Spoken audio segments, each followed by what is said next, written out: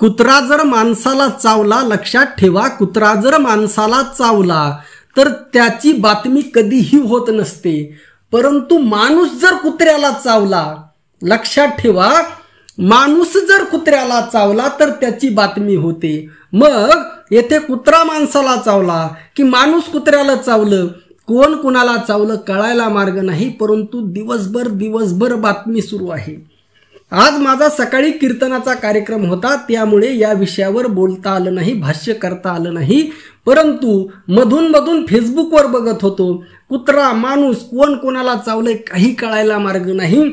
आणि नंतर आता येऊन घरी आल्यानंतर पाहिलं तर आपले सांगलीचे मनोहरराव कुलकर्णी, अरे बाबा सायंटिस्ट मनोहर कुलकर्णी यांना कुत्रा चावला.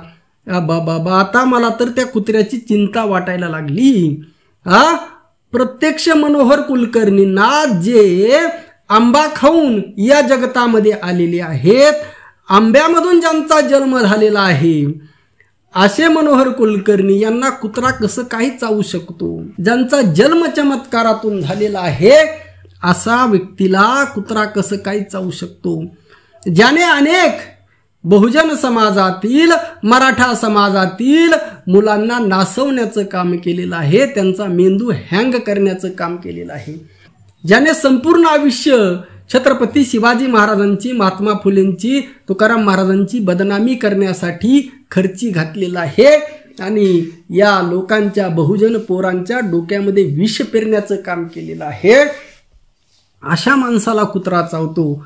आणि हा माणूस बघा याचे संबंध पार मुख्यमंत्री, deputy CM RR Patil, Jayant Patil, ते कोण कदम, एवढ्या मोठ्या बड्या नेत्यांसोबत आहेत, अगदी उदयनराजे भोसलेंसोबत आहेत.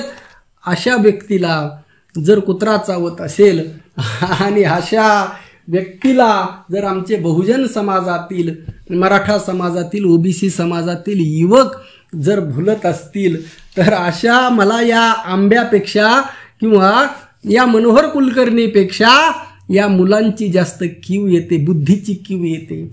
अरे आपण नेता नेमकं कुणाला मानत आहोत हे जर आजच्या युगामध्ये, जर आजच्या काळामध्ये जर या लोकांना कळत नसेल तर हसावं की रडावं काही सुद्धा कळायला मार्ग नाही.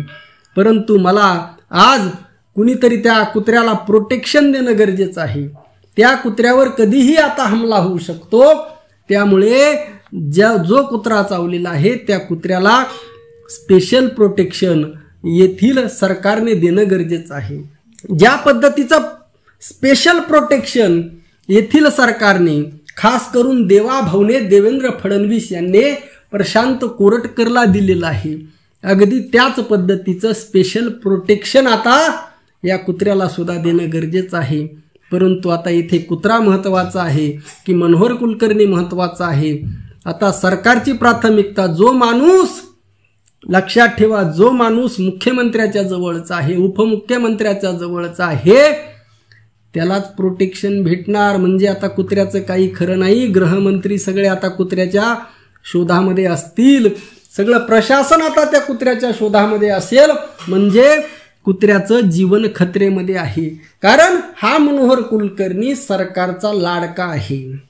ज्या पद्धतीने प्रशांत कोरटकर हा सरकारचा लाडका आहे आणि प्रशांत कोरटकर आणि हे मनोहर कुलकर्णी एकाच नाण्याच्या दोन बाजू आहेत. लक्षात ठेवा, हे दोघं बी काय आहेत? सावत्र भाऊ आहेत, जुळे भाऊ आहेत, मावस भाऊ आहेत, एकाच माळेचे मणी आहेत, काही म्हणा, परंतु हे दोघंही एकच आहेत.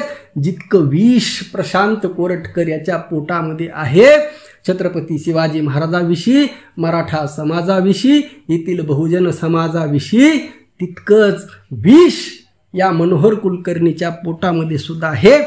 आणि हे जर येथील आमच्या मराठा समाजाला जर कळत नसेल, अरे बाबांनो, तुम्हाला जर छत्रपती शिवाजी महाराजांपेक्षा हे जर कोरटकर कुलकर्णी जर ग्रेट वाटत असतील तर त्या काय म्हणते त्याला, चाळणीवर पाण्यामध्ये जाऊन जा रे. आता मला ते शब्द बोलायचे नाहीत, यूट्यूबवर असे शब्द बोलणं मला योग्य वाटत नाही. परंतु तुम्हाला कळलं असेल की चाळणीभर पाण्यामध्ये जाऊन काय करायचं, बुटकुल्याभर पाण्यामध्ये जाऊन काय करायचं, कारण तुम्ही स्वतःच्या बुद्धीची कीव करा. तुमचा बुद्धी इतकी गहाण, इतकी गहाण, अरे बाबा बाबा, इतकी गहाण कुणी बुद्धी टाकतं का या जगामध्ये, की तुम्ही तुमची बुद्धी अशा शिवद्रोह्यांच्या, अशा मराठा द्रोह्यांच्या चरणी अर्पण करावी.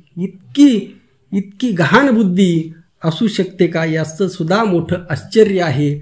आणि हा सुद्धा मोठा संशोधनाचा विषय आहे. तुम्ही कमेंट करून नक्की सांगा नेमकं, कारण अजून मी पूर्ण बातमी पाहिलेली नाही. कुत्रं नेमकं कोणाला चावलेलं आहे ते कमेंट करून सांगा. रामकृष्ण हरी. जय जगद्गुरू, जय शिवराय, जय भीम.